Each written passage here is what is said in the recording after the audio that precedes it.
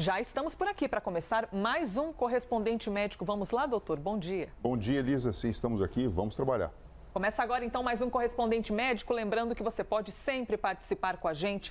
Vai lá no Twitter, deixa sua mensagem, sua dúvida. Não existe pergunta boba neste quadro, viu? Então, participe. Hashtag Correspondente Médico.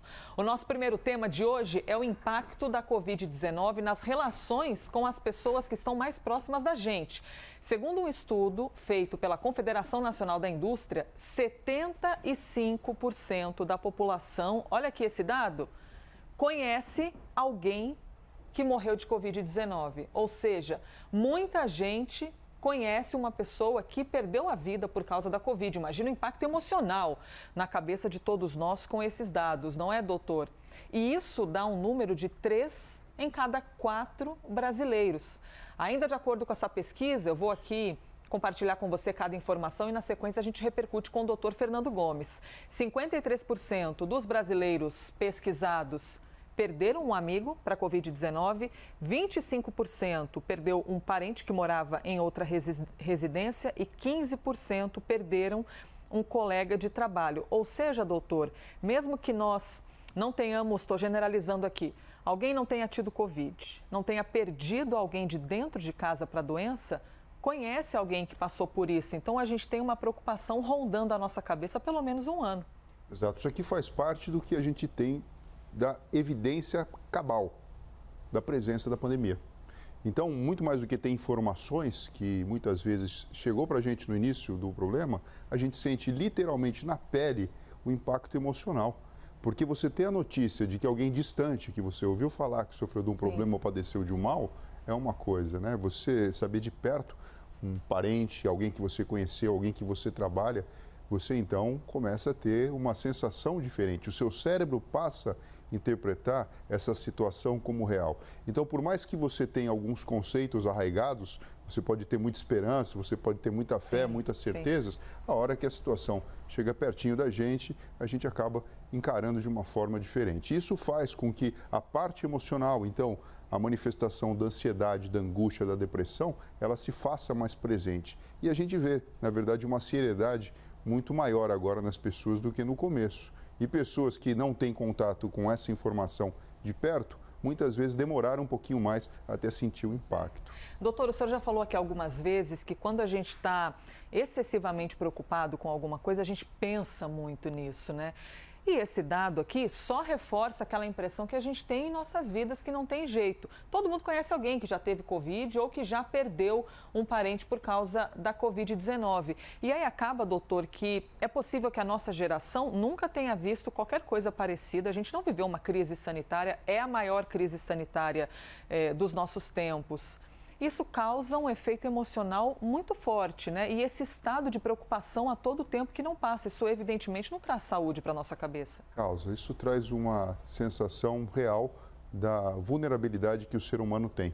Que nós não temos o controle de tudo. Sim. Então, antes da pandemia surgir, existia uma falsa sensação de segurança. Algumas regras que se você cumprisse, né? Então, se você estuda, você pode ser que tenha um bom emprego. Sim. Se você é um bom cidadão, você vai ter um bom desfecho na vida. Tudo bem controladinho. E você percebe que, de repente, vem algo que bota as estruturas aí à prova e a xeque. Então, realmente, a nossa geração, a geração que está vivenciando tudo isso, ela está sendo estimulada de uma forma diferente. E olha só, a gente precisa prestar atenção que não é só a questão da fatalidade da morte pelo coronavírus, mas a gente tem um contato com uma coisa que mostra para a gente uma miríade de possibilidades. Então, quem aqui não conhece alguém que já teve coronavírus? A forma leve, a maioria das pessoas, porque a gente sabe que 80%, 85% vão apresentar essa forma. Mas e as formas mais graves, que precisaram então de uma internação no hospital, ou de que, na verdade, acabaram evoluindo para o óbito e tiveram todo aquele problema da questão do ritual de passagem ser diferente, né? O rito, o luto e todo esse desafio. Sim, a própria despedida que não pode ter todos os parentes, por exemplo. Sim, então a gente vivencia uma situação muito diferente e isso, sem sombra de dúvida, está impactando essa geração. A gente sabe que as crianças também estão tendo um estímulo diferente, estão mais próximas dos pais, dos mestres, de alguma forma, vivenciando uma situação desafiadora, que é a questão da educação. E a gente não sabe, né, como que tudo isso vai evoluir? A gente sempre imagina que para o melhor, né? Porque os desafios eles vêm para ser vencidos e a gente espera, porque as pessoas estão entendendo mais sobre saúde, sim, elas estão se preocupando mais com a credibilidade dos dados. Então, assim, se existia um universo favorável para fake news alguns anos atrás, com uma coisa séria como a pandemia, fez essa realidade estremecer. Então, todo mundo hoje em dia sabe da importância da credibilidade de uma informação e de que quando uma manada de pessoas, um grupo de pessoas toma uma conduta equivocada ou errada, isso impacta no coletivo de uma forma muito grande. E o senhor já falou tantas vezes aqui em máscara, lavar as mãos, manter distanciamento e mais uma ferramenta que nós passamos ainda bem a ter aqui em nosso país nos últimos meses, que é a vacina. E já podemos mostrar para vocês os efeitos da vacinação. É uma reportagem que você pode conferir aqui no nosso site, cnnbrasil.com.br. Segundo a organização Impulso Gov, que reúne especialistas da saúde em todo o Brasil, cerca de 16 mil idosos, olha só que título bom da gente poder ler, hein? E confirmar ainda mais o quão é importante ter imunizante aqui no nosso país. 16 mil idosos podem ter sido salvos no Brasil por causa da vacina. Esse levantamento foi feito até o fim do mês de março. Já passamos abril, já estamos em maio, ou seja, esse dado pode ser ainda maior. E ainda segundo esse estudo, a mortalidade de pessoas com mais de 80 anos caiu depois do início da vacinação no país.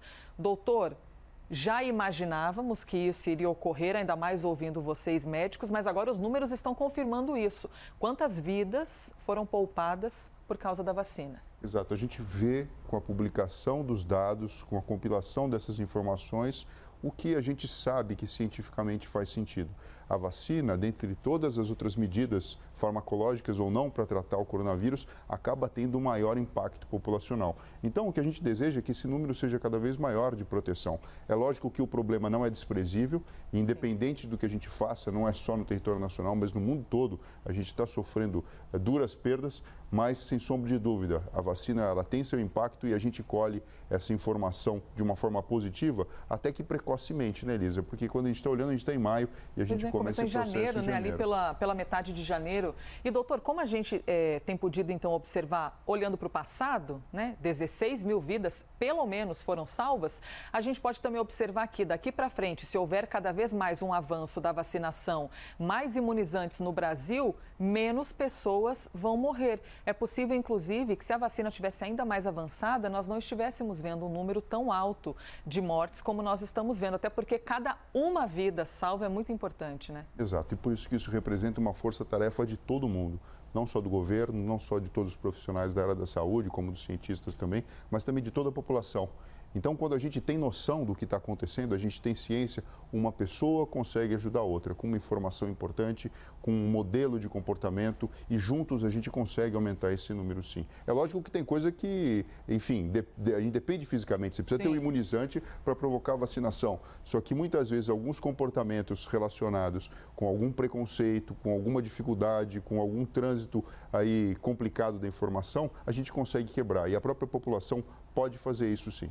Temos comentários chegando aqui pela hashtag Correspondente Médico, muitas perguntas interessantes que eu quero compartilhá-las em breve com o Dr. Fernando Gomes e acrescentar mais uma questão para você que está nos assistindo. Cafezinho. Você tem o hábito de tomar um cafezinho todo dia? Tem gente que deve estar pensando assim, um só? Que isso, Elisa? Vários. O doutor Fernando, por exemplo, assim que acorda, gosta de tomar um cafezinho, doutor? Eu adoro café e sim, quando eu acordo, acho que a primeira bebida, e já faz anos que eu faço isso, eu tomo um cafezinho escuro, quente, gostoso. Sem açúcar para mim, hein? Adoro também. E por que eu tô falando? Também, sem açúcar. Sem açúcar? Tintim, então, com o doutor Fernando aqui. Por que eu tô falando isso e te perguntando isso? Porque tem uma notícia no nosso site para você que gosta de tomar um café. Vejamos o que é. Especialista recomenda máximo, hein, gente? Tem gente que toma 1 litro. 4 xícaras de café para manter um bom sono. Estamos vendo aqui o prazer refletido também no momento importante do sono, não é, doutor Fernando?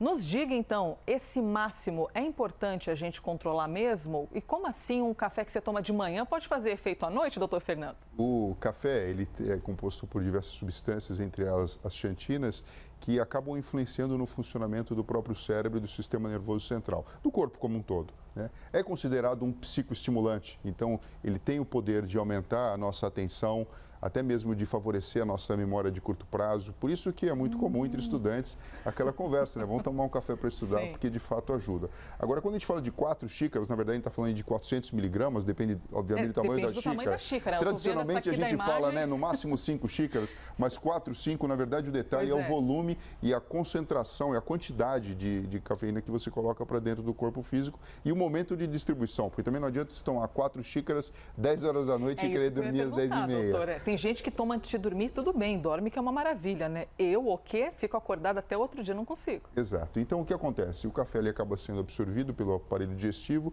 e ele circula pelo corpo físico e faz com que a gente tenha o nosso nível de alerta mais desenvolvido. Se você coloca essa substância em excesso dentro do seu corpo físico, ela vai impactar no momento em que você faz a transição do seu ciclo de vigília para o sono, com às vezes dificuldade para entrar ou então alteração na própria arquitetura do sono, como deve acontecer.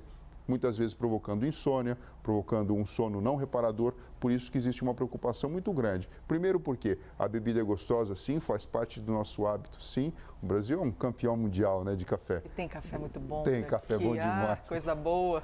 Agora sim, se você passa a tomar uma quantidade de café mais do que o seu próprio corpo consegue lidar, sem trazer um problema relacionado com a própria estimulação do sistema nervoso central e tempo suficiente para que isso deixe de acontecer, você vai ter um impacto na noite de sono e isso vai acabar refletindo no dia seguinte. Então, 4 xícaras, se possível a última, aí por volta das 5, 6 da tarde, para ser um pouquinho mais complacente, acaba sendo o mais indicado. Reportagem está no nosso site, viu, gente? Só entrar lá e pegar essa reportagem, compartilhar, inclusive, com aquele seu parente que é viciado em café, que não deixa de tomar um cafezinho, que é bom demais, a gente sabe, mas tem que ter uma régua ali com saúde, né, doutor? Não ficar abusando tanto disso. Eu vou ter de mudar de assunto, apesar de adorar esse assunto aqui muito gostoso, e trazer um outro que também está em alta no nosso site e que diz respeito à vida de muita gente também. O preço alto da carne vermelha, que a gente tem podido ver isso no supermercado. É um susto cada vez que a gente chega. E aí o que acontece? Muita gente está substituindo a carne vermelha por esse parceiro aqui, ó, o ovo. Com o aumento no preço da carne, o brasileiro come mais ovo do que a média global. No nosso site tem um levantamento bem interessante, viu? Que ele mostra que cada brasileiro comeu uma média de 251 ovos no ano passado inteiro. E um número acima da média global, que foi de 230 ovos por ano.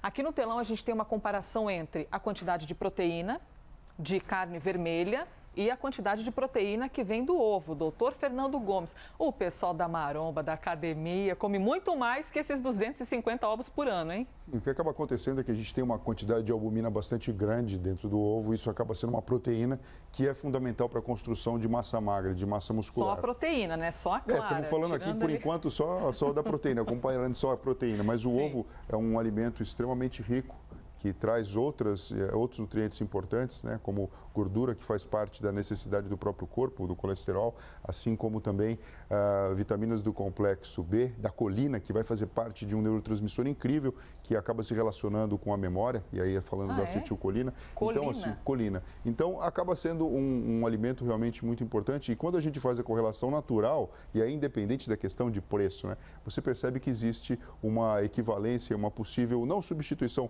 mas complementação. Lembrando que mais ou menos, né, você precisa de 2 a 3 ovos para fazer o papel de um bife, mais ou menos na mesma taxa de tamanho aí de 100 gramas. 100 gramas de carne vermelha. Claro que quando a gente está falando sobre isso, a gente não está falando só por opção, para quem gosta de comer um ou outro. É necessidade também, né? Num ano em que você perde o poder de compra, você tem menos dinheiro, vai no supermercado, tem uma família inteira para alimentar, você vai ter de comprar aquilo que você consegue. Por isso, evidentemente, muitas famílias optam por ovo. E também porque muita gente gosta de comer o ovo. Doutor, a gente passou por altos e baixos quando a gente fala de o tal do ovo da galinha, porque é ruim, faz mal, não pode comer. Aí depois de um tempo, não, tudo bem, pode comer sim.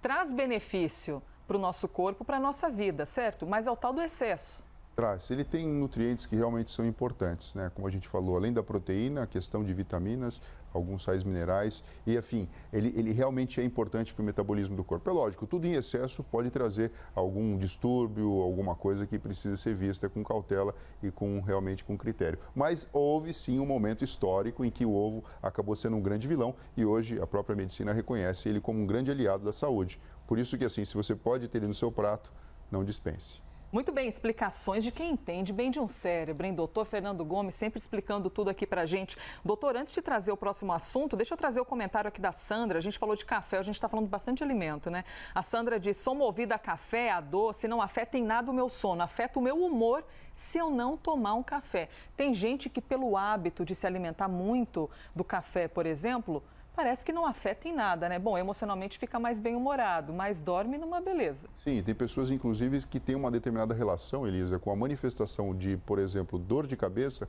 quando existe a falta da ingestão de café. É verdade.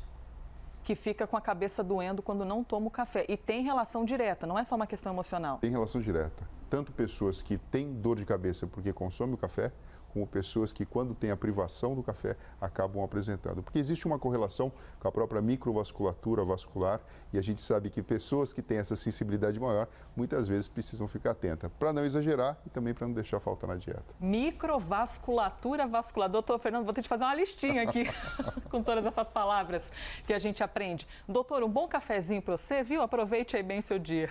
Para todos nós. Obrigado, viu, Elise? Pessoal, até breve. Este foi mais um Correspondente Médico.